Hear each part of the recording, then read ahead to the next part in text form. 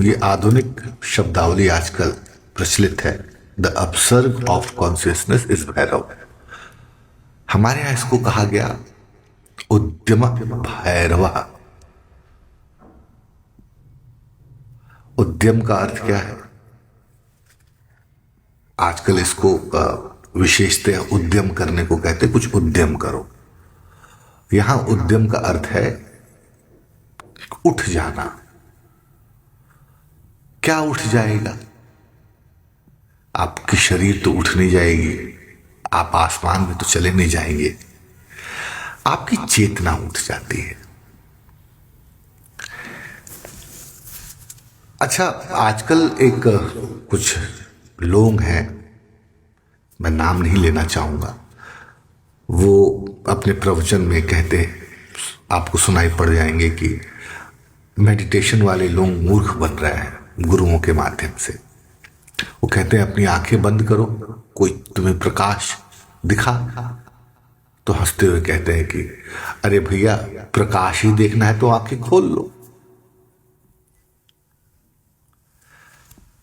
देखिए, जो जिस प्रकाश की बात कही जा रही है, उद्यम भैरव की स्थिति में जब आप पहुंचते हैं, भैरव का जब उदय होता है, आपकी जब चेतना उठती है, तो एक जो भैरव के उदय की बात कही गई है, वो वही उसी प्रकाश की बात कही जा रही है।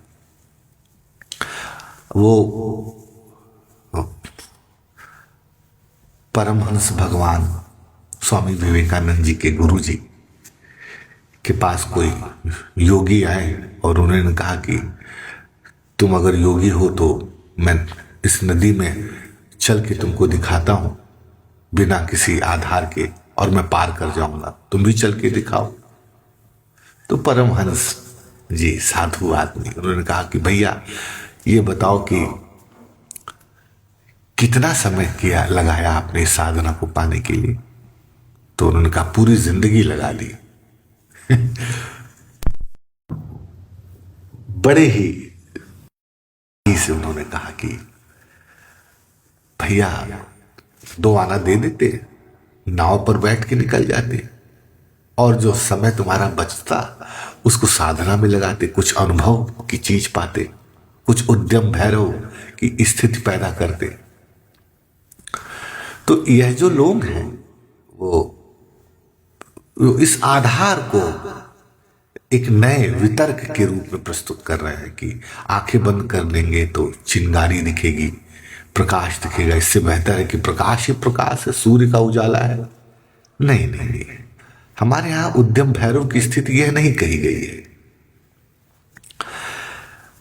उद्यम भैरव की स्थिति आपके साधना के दौरान आती है, जब आप कॉन्शियसनेस पे काम कर रहे होते हैं, ध्यान पर काम कर रहे होते हैं, मेडिटेशन पे काम कर रहे होते हैं। तो जो आपका तादात्म्य है वस्तु जगत से, आत्मा का, वह तादात्म्य टूटता है, और जब वह टूटता है तो आपकी चेतना ऊपर उठ जाती है, और जब वह चेतना ऊपर उठती है तो वह जो प्रकाश है वो भैरव की तरह आपके सामने प्रकट होता है। किन्हीं किन्हीं लोगों को थोड़ा कम होता है, समय अंतराल किन्हीं का बढ़ता जाता है। इसी को साधने की बात कही गई है। तो उद्यम भैरव से जब आप पार होते हैं तो शक्र चक्र संधान की बात आती है, वो एक दूसरी परिस्थिति है। तब वहां आप क्या संधान करते हैं? तो केवल मजाक उड़ाने से काम नहीं चलेगा, बैठना पड़ेगा इसके लिए आपको।